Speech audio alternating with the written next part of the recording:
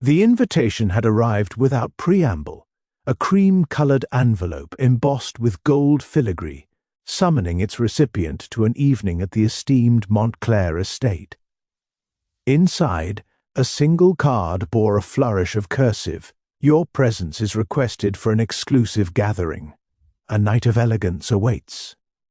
It was the sort of summons that promised nothing more than refined company and sparkling conversation, but that night would hold a darkness beneath its polished surface. The Montclair estate itself was a study in old-world grandeur. Candlelight glimmered off polished mahogany panels, while velvet drapes framed windows that looked down on gardens etched with geometric precision. Guests arrived in ascending waves of charm and sophistication, their laughter echoing softly against high ceilings. Yet even amid the gaiety there was a tension, barely perceptible, that threaded through the room like an invisible cord. The crime made its entrance quietly, almost innocuously. A scream, piercing, sudden and chilling, shattered the delicate hum of conversation. Attendees rushed toward the source, the ornate drawing-room, to find Lord Adrian Montclair collapsed over his desk, a faint trace of powder dusting the edges of his porcelain cup. His eyes were wide, glassy and unseeing. A tremor of horror rippled through the room as realization set in. Lord Montclair had been poisoned. What baffled everyone most, however, was the apparent impossibility of the act. The drawing-room door had been locked from the inside, the key still in its brass fixture. The windows, tall and fortified, showed no signs of tampering. A butler, loyal for decades, swore he had been in the hallway moments before and saw no one enter. Yet the powder, fine, almost imperceptible, lay like a ghostly signature on the rim of the teacup, a silent accusation of the crime that had just occurred. Inspector Lestrade, summoned immediately, was at a loss. Every entrance and exit was accounted for, every staff member questioned, denied any knowledge beyond routine service. It was as if the poison had emerged from the ether, leaving no fingerprint, no motive, no tangible suspect. The simplest explanation, an accidental ingestion, was impossible. Lord Montclair's meticulous habits made such carelessness unlikely. And yet the case seemed almost too simple in another sense. A single cup, a single dose, a single victim. How could such a meticulously executed crime leave behind so little evidence? It was at this moment that Hercule Poirot arrived, summoned by a telegram that had promised an elegant problem requiring a keen mind. He surveyed the room with an unhurried gaze, his small, precise frame contrasting with the flurry of panicked movement. His dark eyes swept the faces of the guests, cataloguing expressions, stances, subtle gestures. He noted the positions of the furniture, the angle of the candlesticks, even the faint scent of almonds that lingered in the air, bitter yet elusive. Poirot knelt beside the desk, examining the cup with a jeweller's precision. "Mon Dieu," he murmured, more to himself than to anyone else, "the crime itself is not difficult. It is the solution that is hidden beneath layers invisible to the ordinary eye." He traced the rim of the cup, observed the powder's granular formation, and ran a finger across the desk where faint smudges hinted at a struggle, or perhaps a deliberate misdirection. As the evening progressed, the Montclair estate, once vibrant with polite chatter, became a stage of shadows and whispers. Guests eyed one another with suspicion, each gesture and glance magnified into potential evidence. The mystery deepened, a missing invitation stub, a hastily discarded glove, a whispered conversation overheard in a corridor. Each clue, however minor, seemed to pull Poirot toward a singular truth, though the path was anything but linear. Despite the locked room, the absence of an apparent intruder, and the meticulously clean setting, Poirot's mind worked with relentless precision. He did not rely on the obvious, for in mysteries such as these, the obvious was rarely the truth. His gaze returned to the cup, to the faint powder, to the arrangement of the room itself. Somewhere within this elegant chaos, hidden among the gestures and the porcelain, was a clue so subtle it mocked all conventional logic. And Poirot knew, with that unshakable certainty that only he possessed, that before dawn the impossibility of this crime would unravel, revealing a mind as meticulous and cunning as his own. The stage was set. The crime seemed insurmountable, the evidence contradictory, the room impossibly secure. Yet, as Poirot quietly surveyed the guests one last time, he allowed a small, knowing smile to form. The solution, elusive though it seemed, was already whispering itself to him through the silence of the Montclair estate, waiting to be coaxed into the light. Poirot rose from his crouch beside the desk, his hands clasped behind his back as he began a methodical perambulation of the room. The inspector busied himself with standard procedure, questioning the butler, instructing servants to recount their every movement, and marking the positions of furniture with chalk. Yet Poirot's gaze skimmed beyond these obvious details, fixing instead on the small, almost imperceptible elements that told a story of their own. A faint smudge on the polished floorboard, a chair slightly askew from the meticulously aligned set, the almost imperceptible scent of a rare perfume lingering near the window-sill. Each detail was a note in a silent symphony of misdirection.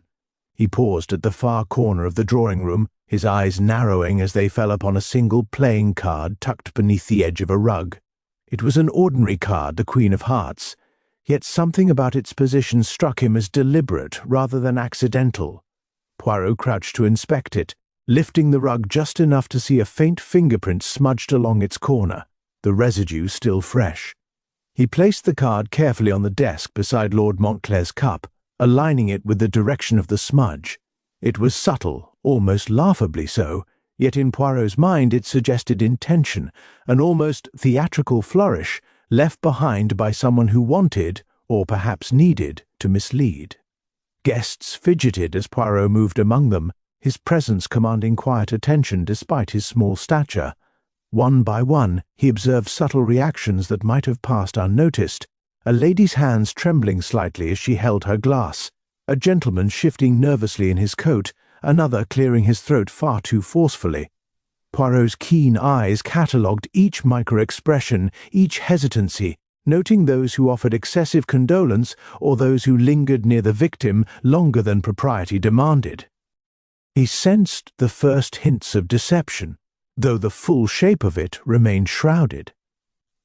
Turning back to the cup, Poirot traced the faint residue of powder with the tip of a finger, noting its distribution, the angle at which it had been poured. It was neither careless nor accidental, but precise, almost ceremonial. A mark left with a faint pride of craftsmanship. He straightened and let his gaze sweep the room once more. The locked door, the sealed windows, the orderly arrangement of furniture, they all suggested a crime executed with both cunning and confidence. Yet the perpetrator had left a signature, subtle and almost mocking, and Poirot was determined to read it. A sudden, quiet cough drew his attention to the younger of Lord Montclair's nephews, a man who had lingered near the hearth, ostensibly lost in thought. Poirot approached him gently, allowing his presence to be non-threatening yet compelling. "Mon ami," he said softly, "you have been most still this evening." "Perhaps too still?" The young man's eyes flickered, a microsecond of unease passing before a practiced calm returned. Poirot noted it, committing it to memory along with the peculiar way his hands clasped the lapels of his coat. It was not guilt, at least not the obvious kind, but awareness, and perhaps a fear of being observed.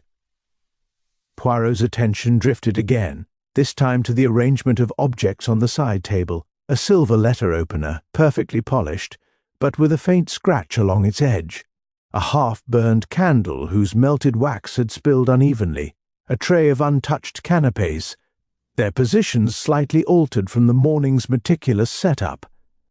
Each item, trivial in isolation, began to weave a tapestry of human behavior, small disturbances, almost theatrical, that suggested someone had moved with care, but also with purpose. As the evening deepened, the inspector continued his routine work, noting timings and statements, while Poirot quietly pieced together the first threads of a story hidden beneath the surface. The crime was no longer merely a question of who or how. It had a rhythm, a personality, and a deliberate misdirection, all crafted to appear insoluble. Poirot knew the clues were patient, waiting to be read, and he was certain that each small irregularity, the card, the smudges, the reactions, would reveal the subtle choreography of the murderer's mind. He allowed himself a small, private smile, confident that the seemingly perfect facade of Montclair's estate was already beginning to crack under the weight of careful observation. Poirot settled into a high-backed chair, folding his hands neatly as the room quieted around him. The inspector had begun his interrogations in a methodical, almost mechanical fashion, recording each guest's account of the evening, their movements, and their relationship to the deceased. Yet the statements, though thorough, were anything but straightforward. Each voice carried a different cadence, a different shading of truth. Some spoke with eagerness, their stories polished and rehearsed, while others hesitated, each pause a potential veil over some secret. The first to speak was Lady Beatrice Montclair, a striking woman of refined composure. "I was in the conservatory, Monsieur Poirot," she said, her tone steady, almost rehearsed. "I heard nothing unusual until the scream. I assure you, I did not see anyone enter the drawing-room." Poirot inclined his head slightly, noting the rapid blink, the subtle tightening around her mouth. Her words were correct, perhaps, but the timing, the sequence, did not entirely match the accounts of the butler, who swore he had seen her leave the drawing-room moments before the discovery. Next came Colonel Ashford, a retired military man with an air of rigid discipline. "I remained near the grand staircase," he said, voice clipped, observing the other guests. "When the scream rang out, I rushed to the scene, as anyone with honor would." Poirot's eyes lingered on the collar of the colonel's coat. A faint smudge of dust clung there, the same shade as that which had been on the floor near the desk, a detail insignificant to most, yet to Poirot it suggested proximity, and perhaps a more intimate knowledge of the room than the colonel admitted. Then the younger nephew, Edward Montclair, was questioned. His account was hesitant, shifting like light over water. I was in the library, reading, I suppose," he said, avoiding direct eye contact. "I did hear a noise, yes, but I thought it was the fireplace settling." Poirot noted the tremor in his voice, the way his fingers twitched over the edge of his coat sleeve. His statement contained fragments of truth, but the cadence of his speech betrayed a conscious effort to obscure the whole. One by one, Poirot listened to the others, servants who claimed innocence, a visiting socialite who remembered nothing but the tea, and a lawyer who insisted he had been writing letters in a separate wing. Each account contained minor discrepancies, contradictions that might seem trivial to anyone else. A clock mentioned in one story did not chime as stated. A corridor was crossed twice by a guest whose presence elsewhere was claimed. A shadow noted at a window contradicted by multiple observers. Poirot catalogued these, not as errors, but as signals, intentional or not, of the inner currents swirling beneath the surface. What fascinated him most were the extremes, those too eager to cooperate, offering unnecessary details with a slight flourish, and those too reluctant, their answers clipped, their eyes darting to the nearest door or companion. Each had a rhythm, a pattern, an invisible signature revealing their comfort or discomfort with the unfolding investigation. Poirot's gaze lingered on the seemingly benign observations, a foot tapping beneath a chair, a hand pressed tightly to the chest, a laugh a beat too late. Each subtle act, he understood, was a note in a larger symphony of concealment. As the questioning continued, a larger picture began to emerge, though incomplete, still veiled in shadows. Motives were suggested in passing: jealousy, financial ambition, long-held grievances. Alliances, whispered rivalries, and carefully concealed resentments bubbled beneath the surface, each one coloring the narrative offered to the authorities. Poirot, with his uncanny precision, read not only the words but the silences, the hesitations, and the inconsistencies that punctuated each confession. The truth, he realized, was hiding not in the declarations themselves, but in the delicate tensions that threaded between them. By the end of the evening, the Montclair estate felt transformed.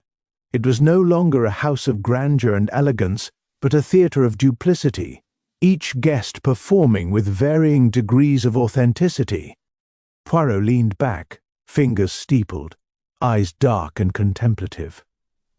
The voices of deception had revealed fragments of a puzzle more complex than the locked room itself. Somewhere within the contradictions, the false alibis and the evasive glances, lay the method, the motive, and ultimately the identity of the one who had turned a simple cup of tea into a deadly instrument.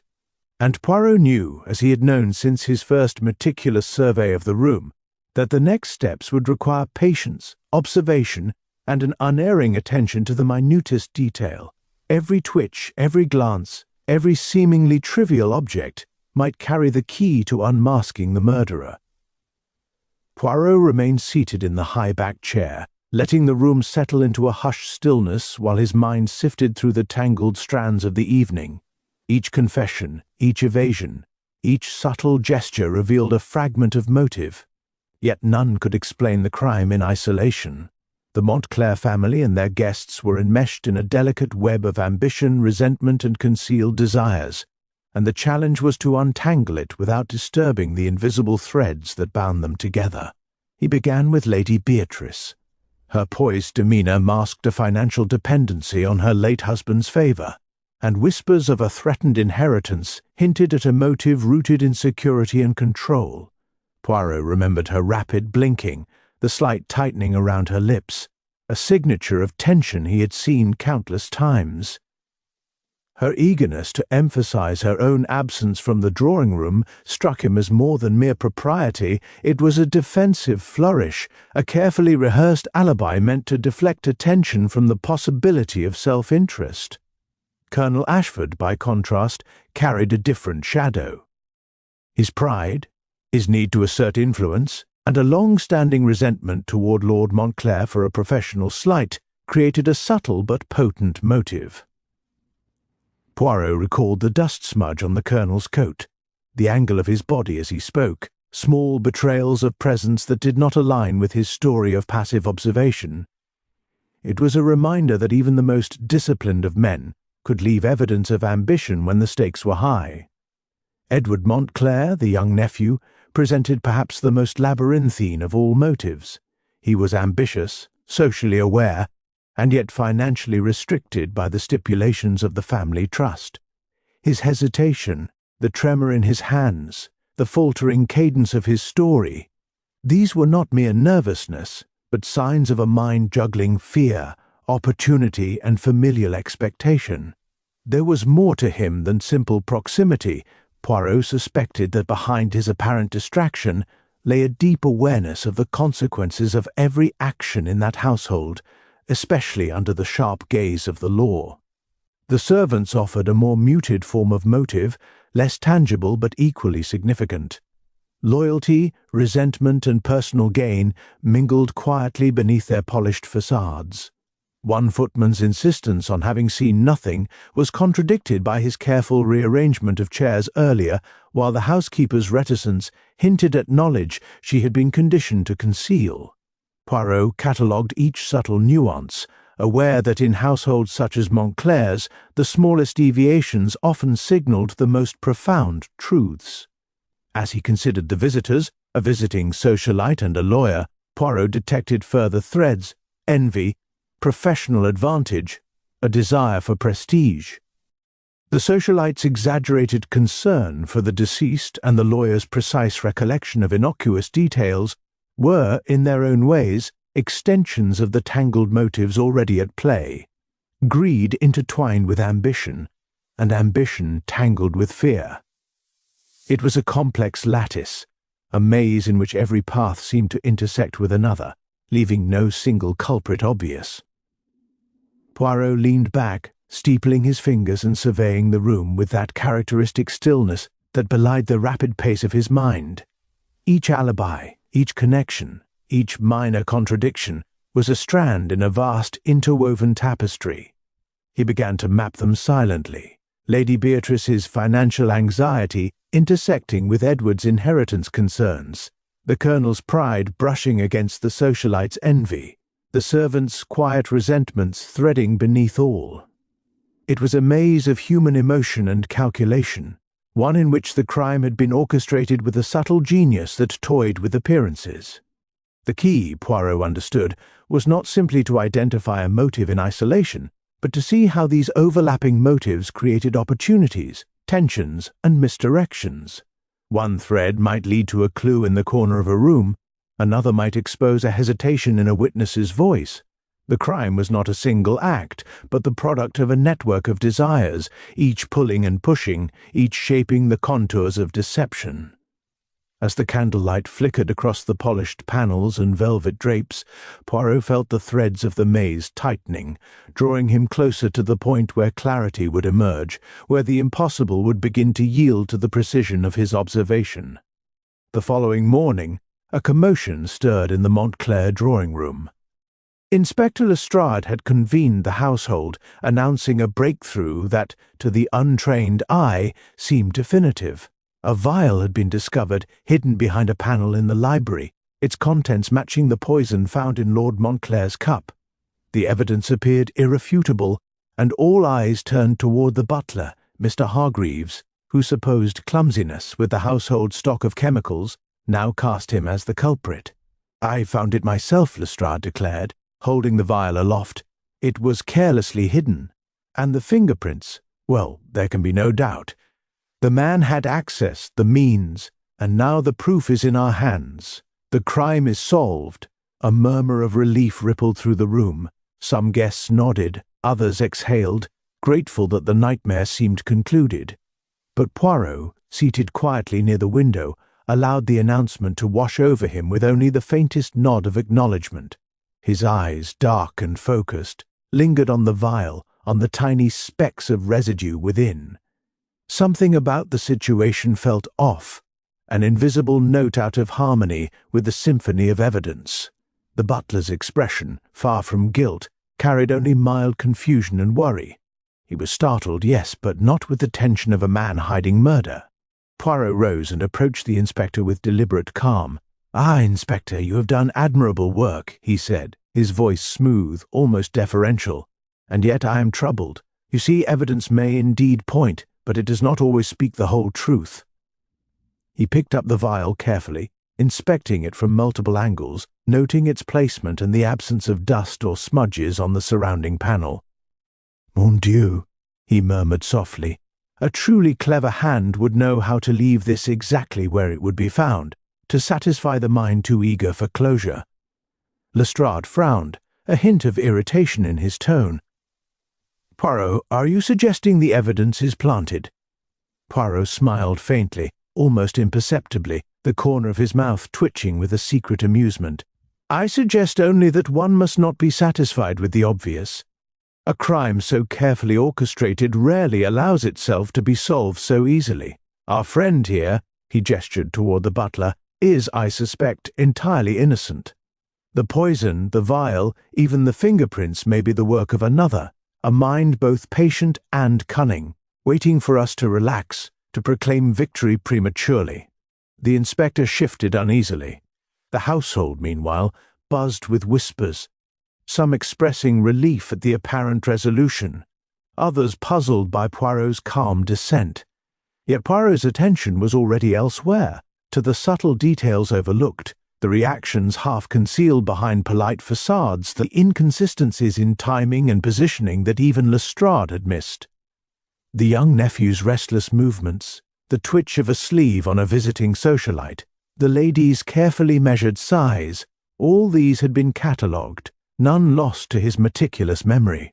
He returned the vial to its hiding place mentally, noting the angle, the convenience with which it had been found, the lack of urgency in its concealment.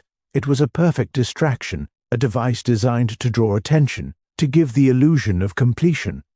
Poirot's small, precise hands folded once more, as he considered the larger pattern, the maze of motives, the careful choreography of deception, the false sense of resolution now creeping through the estate. "Yes, Inspector," Poirot said finally, his tone gentle but firm. "We have been offered a story that seems complete. But a story, mon ami, may be written with lies as easily as with truth, and until all voices are accounted for, until every shadow is examined, the true author of this crime remains in the wings, watching, waiting. A false victory is a dangerous thing. It lulls the mind into complacency, and the cleverest criminal always knows this." As the room hummed with the chatter of relief, Poirot allowed a moment of quiet observation. Somewhere among them, beyond the anxiety, the pride, and the rehearsed statements, a mind continued to weave its intricate game, confident that the world believed the puzzle solved. But Poirot, patient and unyielding, had already seen the imperfection in the pattern, the faintest tremor in the carefully constructed facade. The real culprit was not yet revealed, and the night, it seemed, held more secrets than anyone could yet imagine.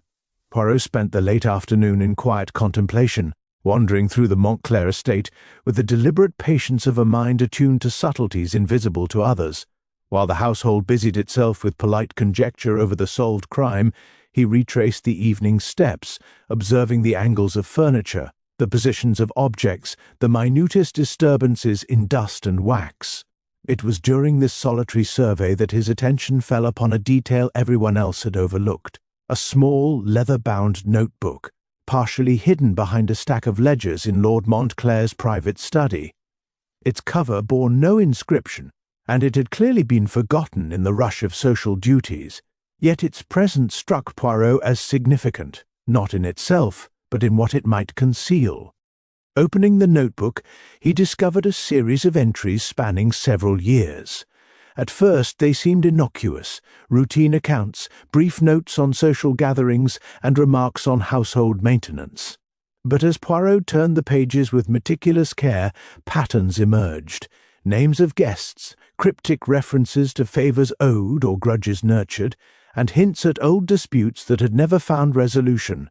All suggested a history of subtle manipulations, debts, and grievances woven across decades. One passage in particular drew his attention, a mention of a financial disagreement between Lady Beatrice and her late husband, tied to an inheritance that had been redirected in favour of a distant nephew. Another reference noted the Colonel's repeated, though discreet, objections to Montclair's decisions during a military contract dispute years prior. The threads of past resentment began to interlace with the present mystery. Poirot's eyes lit upon an entry referring to an incident long forgotten by the household, a minor poisoning at a dinner party years ago, when a guest had fallen ill after a seemingly harmless serving of soup. The case had been dismissed as accidental, no culprit identified. Yet the similarities were unmistakable: the subtle delivery, the careful concealment, the deliberate timing. He realized that the present crime might be less an isolated act of opportunity and more a continuation of a pattern, a vengeance delayed but meticulously planned. Poirot leaned back, considering the connections now emerging. Lady Beatrice's anxious efforts to secure her inheritance, the young nephew Edward's subtle ambition, Colonel Ashford's simmering resentment. They were no longer merely independent motives. They intersected with histories of past slights and unspoken debts, each one capable of being leveraged with the precision of a master strategist. Even the visiting socialite and the lawyer, previously dismissed as peripheral, had roles in minor incidents that now revealed a shared familiarity with the Montclair family's vulnerabilities. The crime, he realized, was rooted not only in the events of this night, but in a lattice of past interactions, grudges, and miscalculations, some so old that no living witness had even recognized their lingering impact. It was the overlooked details, the seemingly trivial past incidents, that offered the clearest insight. The Queen of Hearts card from the drawing-room, the smudges near the desk, the subtle alterations in household routine. All were now reframed within a historical context. The criminal was not acting merely on present-day desires.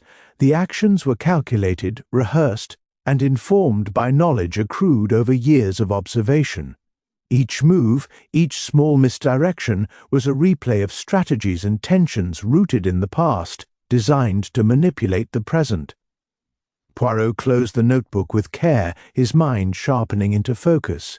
The threads of the present crime were now entwined with the shadows of prior events, revealing a pattern that no one else had yet discerned. The true culprit, he understood, was someone who had lived with these interwoven grudges long enough to anticipate reactions, conceal evidence, and orchestrate appearances with near-perfect precision. The solution was no longer a question of chance or impulse. It was the product of a mind deeply familiar with both the estate and the human frailties that governed its inhabitants. As evening shadows lengthened through the Montclair windows, Poirot stood silently, allowing the weight of history to settle over him. The crime, he realized, was only the latest act in a drama that had been unfolding for years, its climax carefully staged to test both the vigilance of the household and the acumen of any observer. Somewhere among the elegant parlours and whispering corridors, the architect of this intricate design waited, confident that their knowledge of the past had ensured the present would confound all but the most discerning eye. And Poirot, with that unerring precision that had solved the most insoluble of mysteries, knew he had found the path that would lead him directly to the heart of the truth. Poirot returned to the drawing-room, as twilight softened the estate's grandeur into muted golds and shadows. The household had resumed a tense semblance of normality, servants moved silently between rooms, guests whispered among themselves in careful tones, and the solved crime was spoken of in hushed, relieved voices. Yet Poirot, unswayed by appearances, had already begun devising a method to probe the concealed truths that still lingered like smoke in the corners of the Montclair estate. He needed an unconventional approach, something beyond interrogation, beyond observation, a means to gently pressure the subtle hidden reactions of those under suspicion. He called the remaining family members and key guests together, asking them to participate in a seemingly innocuous exercise, to reconstruct the events of the evening in minute detail, from the time of their arrival to their position during the discovery of Lord Montclair's demise. Poirot presented it as a simple exercise of recollection, but in truth it was a carefully constructed psychological test. Each recounting would be compared against the positions of objects, minor disturbances, and the subtle cues he had catalogued: the angle of a chair, the distribution of candle wax, the minute smudge on the carpet. As each person spoke, Poirot observed with an intensity that made even the most composed guests fidget. Lady Beatrice described her movements with precision, but her eyes betrayed a flicker of hesitation when recounting her route from the conservatory to the grand staircase. Colonel Ashford delivered his sequence in clipped, military fashion, yet his hand brushed repeatedly against his coat lapel, inadvertently dislodging a faint powder residue, a detail that had not been visible before. Edward Montclair offered a meticulous timeline, though his story was punctuated by pauses and micro-expressions of unease, as if certain moments were being edited in real time for propriety rather than truth. Poirot's tactic, however, reached its turning point with the visiting socialite, Miss Haviland, a woman of poise and practiced charm. As she recounted her evening, Poirot casually asked her to recall not only where she had been, but also the manner in which she had interacted with certain objects, including the tea-tray and Lord Montclair's desk. The question was simple, almost trivial, but it was a trap for memory that had been rehearsed only in broad strokes. Miss Haviland hesitated, her composure faltering for the briefest instant. Her eyes darted toward the desk, then to the still-placed vial in its hiding spot, before returning to Poirot. She spoke carefully, her words measured, yet the subtle twitch of her fingers and the slight blanching of her face betrayed a crack in the carefully constructed narrative. Poirot's gaze, unyielding, did not miss the micro-expression of fear, an involuntary acknowledgement that her story, though outwardly polished, had diverged from reality. Poirot allowed the moment to linger, observing the room and noting the reactions of others. The household was still under the spell of the solved crime, yet here, in this quiet exercise, the illusion began to unravel. Small fissures appeared in the facades of control, a flicker of hesitation, a subtle tightening of hands, a pause too long before answering. The psychological pressure of reconstructing events, of being scrutinized with minute precision, coaxed truths to the surface in ways conventional questioning could not. Satisfied, Poirot leaned back, folding his hands with calm deliberation. The unconventional tactic had revealed a subtle but undeniable indicator. The real criminal was not the individual chosen by the authorities, nor one of the obvious suspects. Instead, someone had responded to the test with the briefest lapse of instinctive truth, betraying knowledge that could not have been acquired innocently. It was a small, almost imperceptible detail, yet in Poirot's eyes it was significant, a thread that could be tugged to unravel the entire web of deception. As the shadows deepened over the Montclair estate, Poirot allowed himself a faint, knowing smile. The game was far from over, but the first tangible step toward the truth had been taken. The criminal remained hidden, confident in the belief that appearances had sufficed, yet the slightest misstep, revealed through a clever blend of observation and subtle psychological pressure, had begun to illuminate the path. The stage was set for the final unraveling, and Poirot's mind, precise and patient as ever, was already tracing the contours of the ultimate revelation. The following morning dawned crisp and still, the Montclair estate bathed in pale light that seemed almost at odds with the tension lingering in its halls. Poirot had spent the night reviewing the reactions of each guest, reconstructing their movements and expressions with the precision of a master chess player, convinced that the subtle fissures revealed by his unconventional test would soon point toward the perpetrator. Yet as he entered the drawing-room to begin the day's inquiries, a startling discovery froze him in place. The leather-bound notebook, the very volume that had unveiled the web of past grievances and hinted at connections long forgotten, was gone. A ripple of alarm spread through the household. The servants insisted they had seen nothing, and the previously solved vial remained in its hiding spot untouched. Poirot, however, recognized immediately the gravity of the act. This was not mere misplacement or careless housekeeping. Someone had removed the notebook deliberately, aware that its contents could illuminate motives and reveal the subtle patterns that Poirot had already begun to discern. The theft was a direct challenge, a calculated attempt to forestall the investigation and bury the truth before it could be fully brought to light. He moved through the room with deliberate calm, examining the immediate surroundings for signs of the intruder. Dust in corners, impressions on the carpet, and a faint shift in the alignment of the furniture spoke volumes. There were no forced entries, no signs of a struggle, only the subtle evidence that the notebook had been lifted by someone familiar with the estate and confident in their ability to act unnoticed. Poirot's mind raced. Only a person with intimate knowledge of the house and the habits of its inhabitants could have executed such a removal with such care. The implications were immediate and profound. Every suspect, every person who had presented a motive, suddenly became a potential saboteur, working not only to conceal their guilt, but to manipulate the investigation itself. Lady Beatrice's anxious composure, the Colonel's calculated precision, Edward's restless gestures, even Miss Haviland's fleeting micro-expressions, all now needed to be reconsidered in light of someone capable of preemptively striking against evidence. Trust, once a tentative possibility, had become a fragile luxury. Poirot summoned the household together once more, his demeanor calm yet imbued with the authority of unshakable certainty. "Mes amis," he said, his gaze sweeping over each face, "we are faced with a new complication. The notebook, which contains details vital to our understanding of events, is missing. It was removed with intention by a hand both confident and familiar with this house.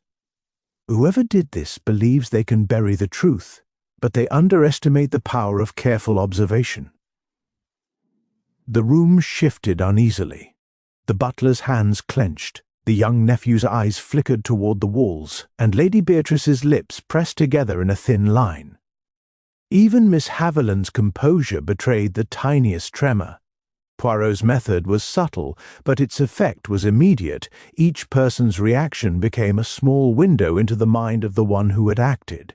He noted the instinctive movements, the slight lean back, the blink held too long, a hand brushing a coat pocket, as though revealing what words could not. Poirot allowed a moment of silence before continuing, speaking with deliberate precision. The removal of this notebook demonstrates that the criminal is proactive, cunning, and determined. They understand the investigation, they anticipate our moves, and they are willing to manipulate the evidence to suit their ends. Yet, mes amis, no action goes unnoticed. Every movement leaves a trace, every decision, no matter how subtle, provides a clue. The notebook may be hidden, but the path to it, and the identity of the one who removed it, will emerge if we observe carefully, with patience and reason. As the household absorbed his words, a tense hush settled over the Montclair estate. The theft had shifted the stakes dramatically. The case was no longer merely a puzzle of motive and opportunity, but a contest against a mind as deliberate and precise as Poirot's own. The criminal was aware, watching and acting in shadows, yet Poirot felt the familiar thrill of certainty. The vanishing of the notebook was not an end. It was a challenge, a signal that the investigation had reached its most delicate and decisive stage, and that the careful application of observation, deduction, and psychological acuity would soon illuminate the truth that others sought so desperately to conceal. The tension in the Montclair estate had scarcely begun to settle after the discovery of the missing notebook when the next shock arrived.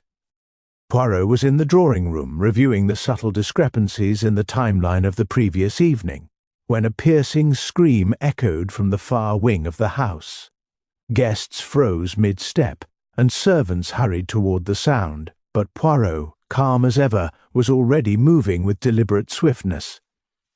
He arrived at the study corridor to find chaos. Edward Montclair, the young nephew, lay sprawled across the carpet, unconscious, a heavy book lying at his side. A quick examination revealed no lethal injury, yet the scene was deliberate, an attack meant to intimidate rather than immediately kill. The air carried the faint scent of almonds, the same bitter trace of cyanide that had claimed Lord Montclair. Poirot's gaze narrowed. The criminal had struck again, carefully calibrated to warn rather than complete, and the calculated boldness revealed a mind several steps ahead. The household buzzed with fear and speculation. Lady Beatrice clutched her pearls, her face pale, while Colonel Ashford moved to Edward's side with concern that seemed more reflexive than genuine. Poirot, however, focused not on theatrics but on subtle indicators: the angle of the book's fall, the scuff marks near the corridor rug, the faint residue on the edge of the doorknob. This was no random act of violence, it was a message, and one designed to rattle confidence. Poirot crouched beside Edward, inspecting the floor and the surrounding surfaces with the precision of a jeweler examining a gem. The scuff marks suggested a struggle had been staged, and the book's position was too deliberate to be accidental. Poirot's sharp eyes noted a faint footprint in the dust by the doorway, almost completely obscured except for the telltale arch of a particular shoe, a subtle signature, like the one left on the Queen of Hearts card days before. The criminal was taunting him, leaving a breadcrumb trail meant only for a keen observer to follow. Poirot straightened and faced the assembled household. "Mes amis," he said, his voice calm but edged with authority, "the hand that removed the notebook and orchestrated this attack is no longer content to manipulate from the shadows. We are now in a contest of anticipation. The criminal is determined, clever, and, if I may say, thoroughly confident in their ability to remain unseen. This is not merely about solving a past crime, we must act to prevent the next." He turned to Edward, ensuring the young man's pulse was steady. "You see, Edward, this is not a personal matter, but a demonstration, a warning that anyone involved in the investigation can be affected." Poirot's mind raced, connecting the dots of motive, history, and opportunity. The criminal's willingness to escalate implied familiarity not only with the layout of the house, but also with the temperaments and reactions of those within it. Every step Edward had taken in recounting his story, every hesitation, every glance, now took on new significance. Poirot's attention drifted to the subtle reactions among the witnesses. Lady Beatrice's pale composure, the Colonel's tightened jaw, Miss Haviland's micro-expression of surprise, all were data points, small windows into intent and involvement. The criminal had orchestrated a psychological dance, and only by reading these faint cues could Poirot anticipate the next move. As evening shadows lengthened across the Montclair estate, Poirot's mind was already constructing scenarios, paths of access, timings, and opportunities for concealment. The attack had proven one thing beyond doubt. The villain was still several steps ahead, manipulating the narrative, confident in the illusion of control. Yet Poirot, with his meticulous observations and unerring logic, now had a clear imperative. The investigation was no longer retrospective. It was immediate, active, and crucial. The next move would determine not just the resolution of past crimes, but the safety of the living, and Poirot knew that the criminal's audacity was both a challenge and an invitation to outwit a mind as precise and relentless as his own. The household, still tense from the attack on Edward, moved through the day with a careful, almost fragile quiet. Poirot, however, was undisturbed by the apparent chaos. He had long learned that the truth often hid in plain sight, masquerading as triviality while the world overlooked it. He returned to the drawing-room, eyes sweeping over the familiar furniture, the polished floor, and the arrangement of personal effects that had been so carefully manipulated. The estate seemed calm, but his mind remained alert, tracing the invisible lines connecting each reaction, each subtle gesture, each concealed intention. It was in that quiet examination that a small, seemingly insignificant detail finally coalesced into clarity. Poirot's gaze fell upon the set of teacups on the sideboard. One of them, the cup from which Lord Montclair had been poisoned, had a minute chip along its rim. He had noticed it before, yet dismissed it as irrelevant, until he recalled a fleeting comment made by Miss Haviland during the reconstruction of the evening's events. She had remarked, almost casually, that she disliked chipped porcelain, finding it unpleasant to use. It had seemed trivial at the time, a mere personal preference, but now it resonated differently. Poirot's mind began to trace the implications. The chip, the deliberate placement of the cup, the careful handling to avoid contaminating the vial, all pointed to someone intimately familiar with the habits and preferences of those present. Comment about the cup, dismissed by all but Poirot, suddenly illuminated the mental map of the criminal, a person observant, meticulous, and willing to exploit even minor details to manipulate the investigation and mask their actions. The pattern extended further. The Queen of Hearts card in the drawing-room, the faint footprint in the dust by the corridor, the small smudge on Colonel Ashford's coat, all were pieces of a choreography that had seemed random until now. Each clue, each seemingly trivial observation, fit into a deliberate rhythm, like notes in a carefully composed symphony. The criminal had left them intentionally, as if to test the intelligence of any observer, and in that rhythm Poirot could discern not just the sequence of events, but the character and habits of the perpetrator. Poirot retraced the sequence of movements that had led to Lord Montclair's death and the subsequent attack on Edward. The subtle manipulations, the minor displacements of furniture, the precise placement of objects, the carefully timed distractions, all formed a pattern consistent with a mind familiar with both the estate and its inhabitants. The missing notebook, the planted vial, the psychological test that had revealed the first micro-expression of guilt, all of it now aligned into a coherent strategy executed by a single individual. As he considered the reactions of the household during the reconstruction exercise, Poirot realized the importance of a small, repeated gesture, Miss Haviland's slight lean toward the desk whenever questions were asked about Lord Montclair's cup. It was barely perceptible, yet consistent, involuntary, a tell that betrayed both familiarity with the object and an underlying anxiety about its significance. All previous clues, the card, The smudge, the placement of the vial, resonated with this one small behavior, forming a network of evidence that pointed unmistakably toward the orchestrator of the crimes. Poirot allowed himself a faint, knowing smile, his eyes sweeping the room once more. The pattern had been invisible to all but the most observant. The threads had been there all along, scattered among trivialities, casual comments, and minor disturbances. Now, at last, the choreography revealed the mind behind it, the meticulous, calculating hand that had manipulated events with precision, using past grievances, personal knowledge, and psychological insight to conceal the truth. The case, long shrouded in misdirection and apparent randomness, was no longer opaque. The solution had been in plain sight, waiting for an eye sharp enough to see the order beneath the chaos. Poirot spent the late afternoon quietly observing the household, each guest under his careful scrutiny, each movement catalogued with the precision of a chronometer. The pattern had revealed the orchestrator, but understanding the why required something more, a step beyond observation into the labyrinth of human desire and obsession.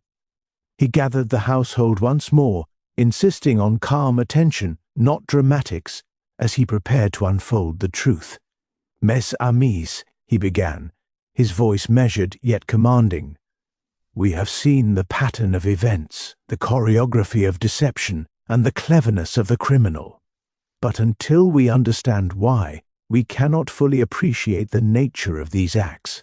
Motive is not always what it seems. It is rarely only wealth or revenge or ambition." He paused, allowing his words to settle, observing each face for the faintest flicker of reaction. Poirot turned to Miss Haviland, her composed exterior now a thin mask stretched over rising tension. "You have been careful, intelligent, precise, and yet your actions have betrayed you," he said softly. "Your every move, from the careful placement of the cup to the removal of the notebook, has been calculated to manipulate our attention. But why, really?" Her eyes flickered, a shadow crossing her normally unshakable calm. Poirot pressed gently, guiding the discussion not with accusation, but with subtle revelation. It was not for money, nor simple revenge. The financial stakes in this household, though tempting to some, would never require such meticulous orchestration. Nor was it simply spite, for spite does not demand such artistry. The truth lies elsewhere, something deeper, more personal, more consuming. Miss Haviland's hand trembled just slightly as she clutched the edge of her sleeve. Poirot continued, his gaze never leaving her.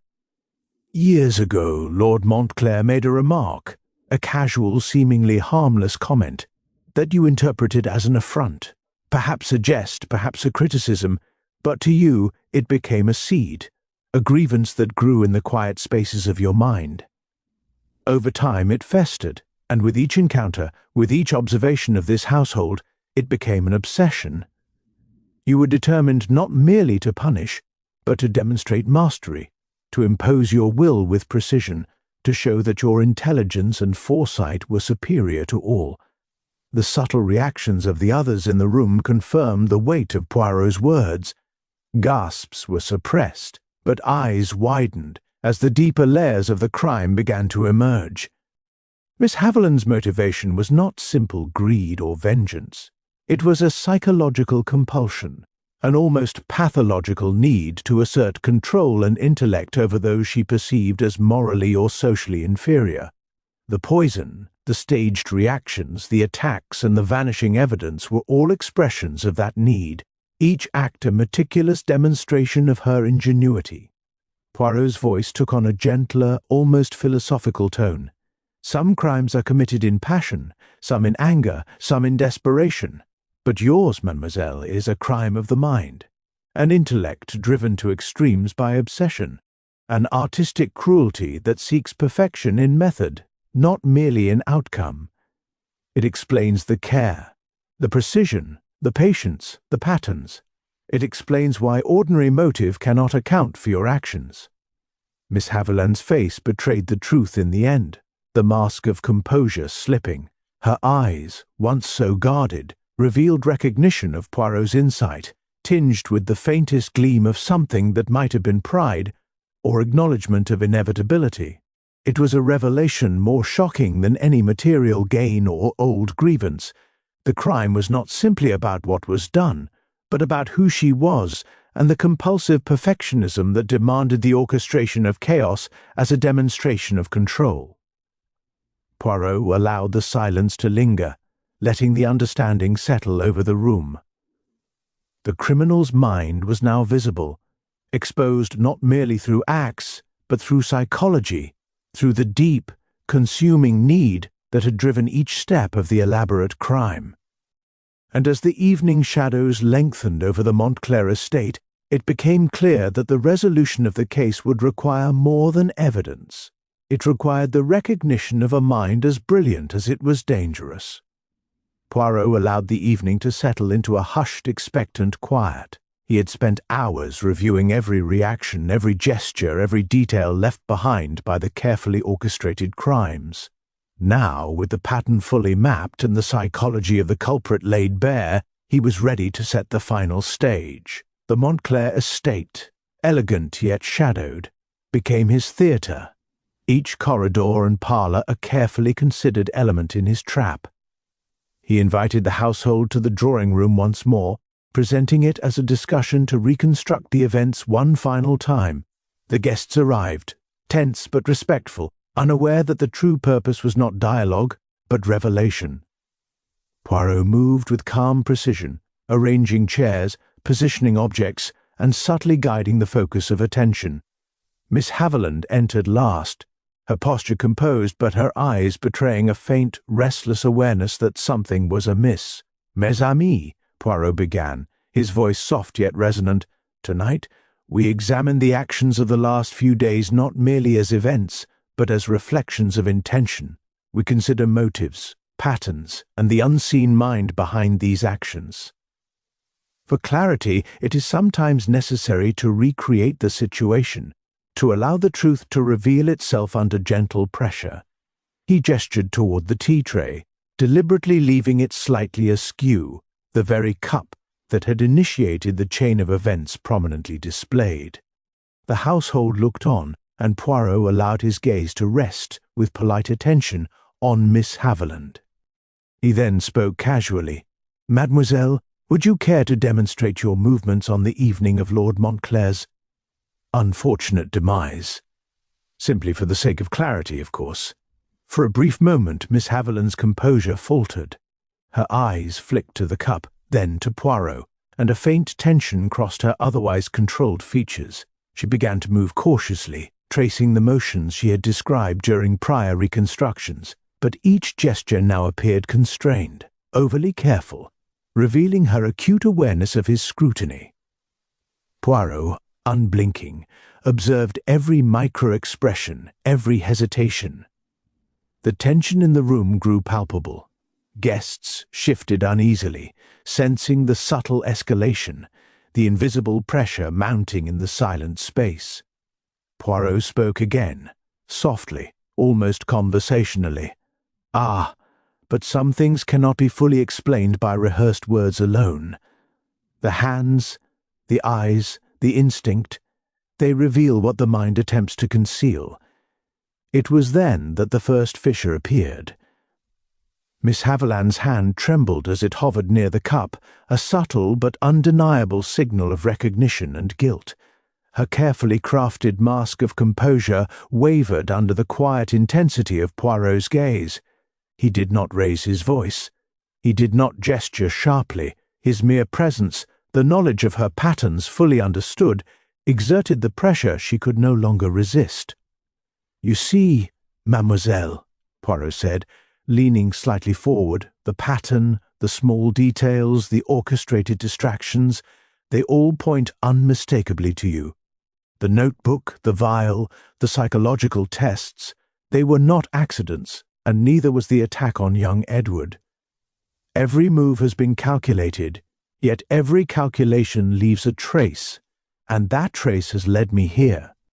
Miss Haviland's shoulders slumped, and a soft exhale betrayed the release of tension she could no longer maintain. She opened her mouth, a desperate attempt at denial, but the words faltered. Poirot continued, calmly and firmly, "The truth does not require force, mademoiselle. It requires patience, observation, and the courage to acknowledge reality. And now, at last, the reality is clear." A hush enveloped the room. The criminal, cornered by intellect and insight rather than accusation, finally let the mask slip entirely. The confession, though hesitant at first, flowed with an undeniable inevitability. Poirot's eyes never left her, serene and unyielding, as the last defences of pride and cunning crumbled. The Montclair estate, silent and poised, bore witness to the culmination of observation, deduction, and understanding, the final confrontation in which the mind behind the chaos had been unmasked, not by force, but by the relentless logic of an unerring detective. The confession settled over the Montclair drawing-room like a heavy curtain. The household exhaled collectively, a mixture of relief and lingering apprehension. Miss Haviland, now pale and subdued, sat quietly, awaiting the authorities to take her away. Poirot allowed a brief moment of satisfaction to warm his mind. The pattern had been unravelled, the motive exposed, the criminal unmasked. Yet a subtle intuition, the kind honed over decades, stirred within him.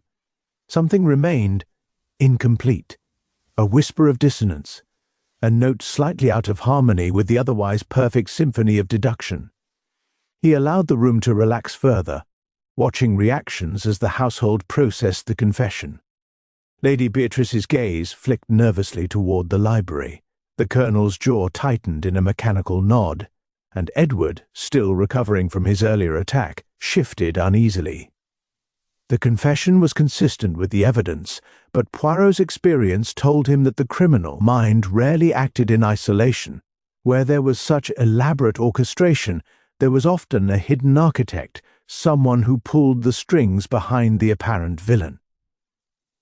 Poirot's eyes drifted toward the far side of the room, lingering on the figure of the butler, Mr. Hargreaves. The man had been outwardly helpful, dutiful, and unobtrusive throughout the entire investigation. Yet, Poirot recalled small anomalies, the subtle hesitation in his step near the library, the faint dust marks on his shoes that seemed to suggest careful movement, and his almost imperceptible glance toward the missing notebook's usual resting place. Each alone might be dismissed, but together a quiet pattern emerged, an accomplice, someone providing access and manipulation behind the scenes, carefully obscured by a mask of servitude. "Inspector," Poirot said, rising deliberately, his calm voice commanding attention once more. "Before we conclude, I must ask that we examine a detail previously overlooked." He gestured to Hargreaves. "Tell me, my friend, how often do you check the placement of objects in the drawing-room? And how familiar are you with the household's hidden corridors?"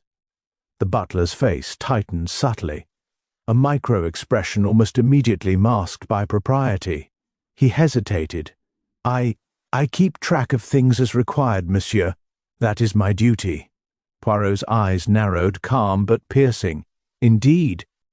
"And yet," he continued, pacing slowly before the group, "there is evidence that the notebook was moved not by Miss Haviland alone, but by someone with intimate knowledge of both the household and the habits of those within it. Observe the footmarks, the angles, the absence of dust disturbance, except along a particular path. This path, I posit, was created by a second mind, one who sought to direct suspicion, to facilitate the crime without appearing involved." Gasps rippled quietly through the room. Hargreaves' hands, previously folded, twitched subtly. Poirot did not raise his voice, did not accuse, he merely let the evidence speak. "The mastermind," he said softly, "is often the one who appears the least involved, whose service conceals intention. Miss Haviland acted with boldness, but she relied upon assistance to achieve precision, and that assistance was provided by someone whose role granted freedom to move unnoticed." The butler's mask finally cracked. His eyes betrayed recognition of the inevitability Poirot described. A quiet confession followed, hesitant but unmistakable.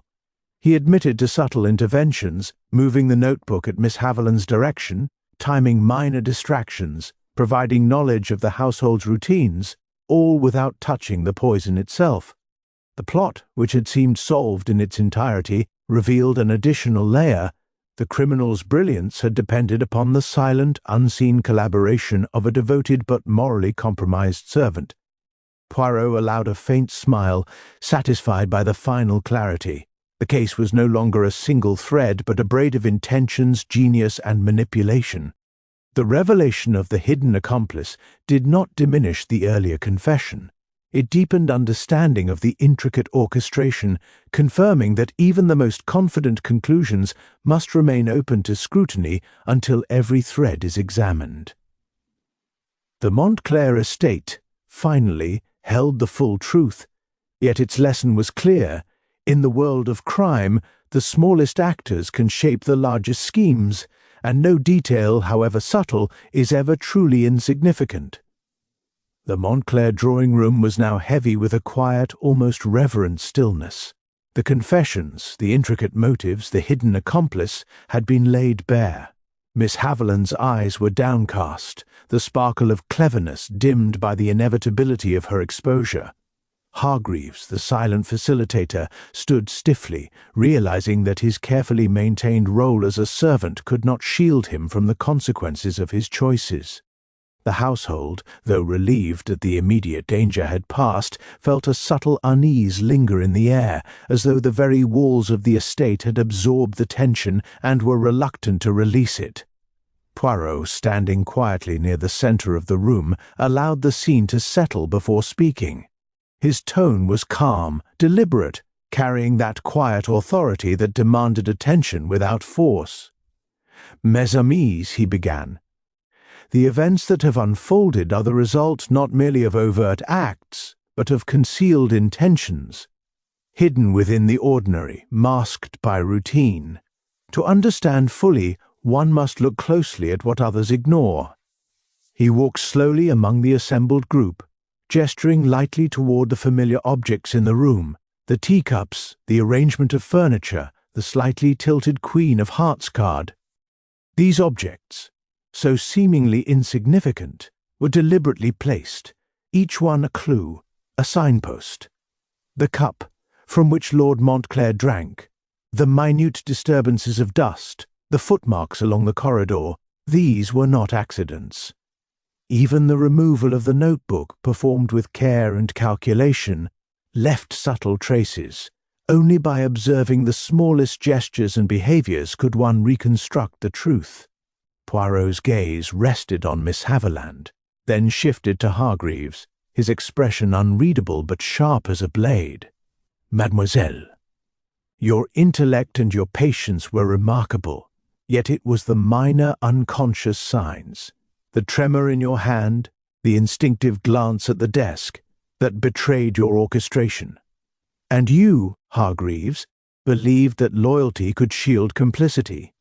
Yet even in the smallest missteps, the dust displaced by a shoe, a hesitation in a response, you revealed your part in the plan. A hush fell over the room. The household began to understand the depth of Poirot's insight. Every subtlety, every overlooked behavior, had contributed to the complete picture. Justice, at last, was no longer abstract, it was imminent. The authorities stepped forward, taking Miss Haviland and Hargreaves into custody, and the air seemed to release a portion of its tension. Yet, even as the arrests were made, Poirot's gaze drifted toward the shadows of the estate. His mind, ever attuned to nuance, remained alert. The criminal minds were caught, the plot unraveled, but he knew that human cunning was rarely contained entirely. A faint, almost imperceptible smirk lingered in Miss Haviland's eyes as she was led away, a hint that while the immediate schemes had been foiled, the capacity for mischief, for manipulation, for intellect-driven chaos had not been extinguished. The world, Poirot knew, often allowed clever minds a second act. Returning to the drawing-room, Poirot addressed the remaining household with serene clarity. "Observe, mes amis, that justice is a combination of diligence, observation, and reason. Many details were visible to the eye, yet ignored by those too eager to accept appearances. The offhand comment about the chipped cup, the careful placement of objects, the gestures betraying intent. It is in the smallest and most ordinary things that the extraordinary truth often hides. One must cultivate patience and attentiveness, for the mind that plots will always leave the faintest trace of its hand." As the Montclair estate settled into the quiet of evening, Poirot remained a solitary figure amidst the grandeur, reflecting on the delicate interplay of human desire, intellect, and moral failing. The case had reached its conclusion, the culprits apprehended, yet a subtle unease lingered, a reminder that in the world of crime, genius and cunning often survive, sometimes merely delayed, sometimes poised to re-emerge. Justice had been served, but the shadows of human ambition and obsession would forever remain a puzzle for the vigilant mind. The Montclair estate, now quiet in the dimming evening light, seemed almost ordinary once more. The household had begun to resume its routines, albeit with the subdued wariness that lingered after days of tension and revelation. Poirot walked slowly through the corridors, observing the subtle movements of servants adjusting furniture, polishing silver, and whispering among themselves. His eyes, as always, missed nothing, cataloguing impressions and storing them in the meticulous chambers of his mind. Justice had been served, the culprits apprehended, and yet the detective felt a familiar stir of unease, a sense that even now something had been overlooked. He paused in the library, the room now empty of all but his presence. His gaze swept over the shelves, over the familiar arrangement of ledgers, books, and ornaments. Then, as if by accident, he noticed it, a faint impression in the dust on a lower shelf, almost imperceptible, forming the outline of a small envelope. He reached down and retrieved it, noting the elegance of the handwriting, carefully controlled, precise, yet unfamiliar. The envelope was unsealed, and within lay a single card bearing a cryptic message, "Bravo, Poirot, but the game is far from finished." Poirot's eyebrows lifted, a faint smile touching his lips. It was a challenge, subtle and deliberate, left by someone who had watched the events unfold with cunning and restraint. The card's very existence suggested a mind confident enough to remain hidden, intelligent enough to observe the investigation without exposure, and daring enough to communicate without risk. A trace of intrigue shivered through him. The case had closed, the culprits caught, yet this message hinted that the world of human cunning, as ever, had further depths. Walking through the grand hall, Poirot reflected on the series of events that had unfolded.